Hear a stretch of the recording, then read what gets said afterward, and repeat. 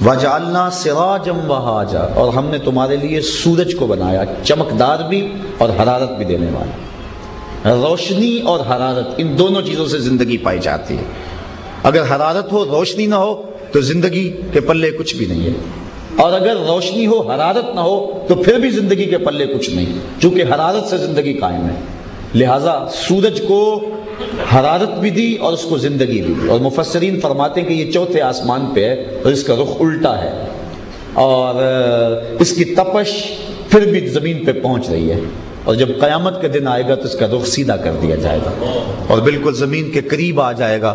اور آج زمین میں قوت جاذبہ ہے، پھر زمین تانبے کی ہو جائے گی اور وہ گرمی کو جذب نہیں کرے گی بلکہ مزید گرمی ابلے گی، اور جب زمین گرمی اگلے گی اور اوپر سے سورج کی تپش ہوگی تو اس دن اپنے اپنے اعمال کے مطابق لوگوں کو جو ہے وہ پریشانی کا سامنا کرنا پڑے گا۔ وَأَنزَلْنَا مِنَ الْمُعْصِرَاتِ مَاءً ثَجَّاجًا، اور ہم نے موسرات، اس کے دو معنی مفسرین نے بیان فرمائے۔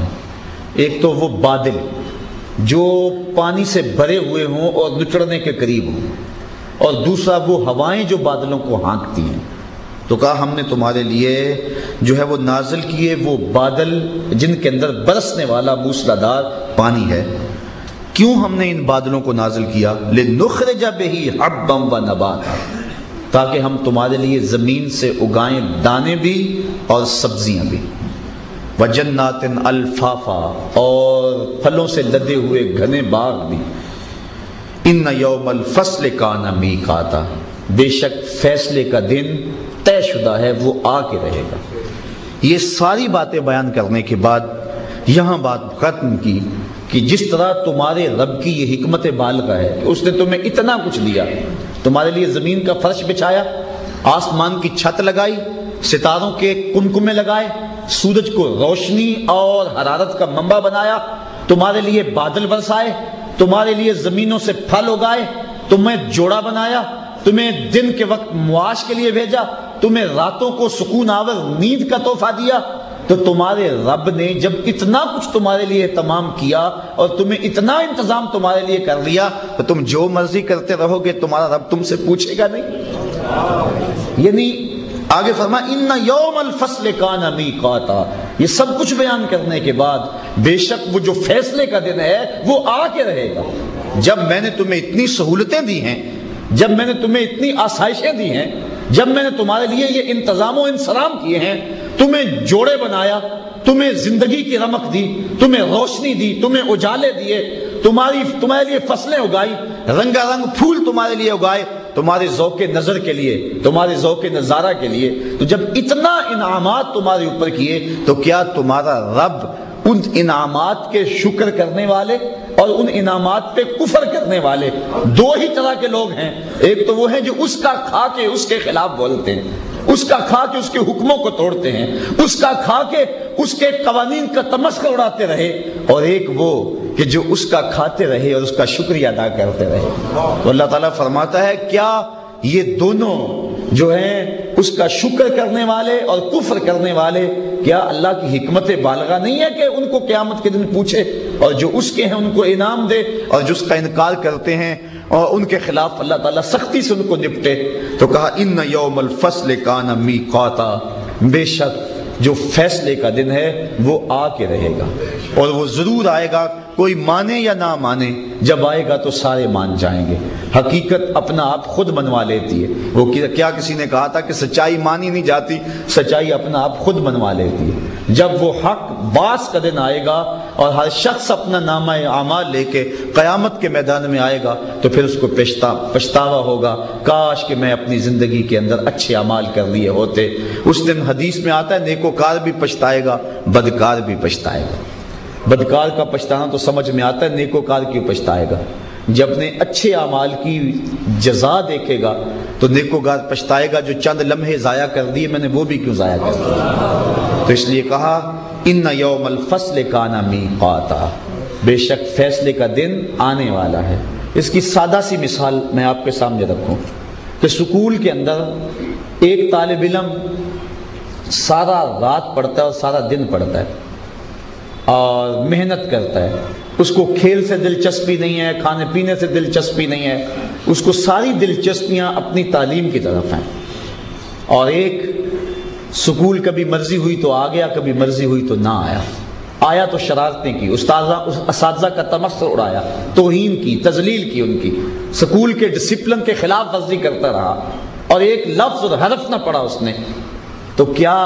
ایسا ہوگا کہ جب سال ختم ہوگا کہ دونوں کو فرسٹ پوزیشن دے دی جائے، امتحان لیا ہی نہ جائے، دونوں کو پاس کر دیا جائے؟ ایسا تو کسی بھی سکول میں نہیں ہوتا، ایسا تو کبھی ہوا ہی نہیں ہے۔ یہ سکول کی حکمت بالغہ کے خلاف ہے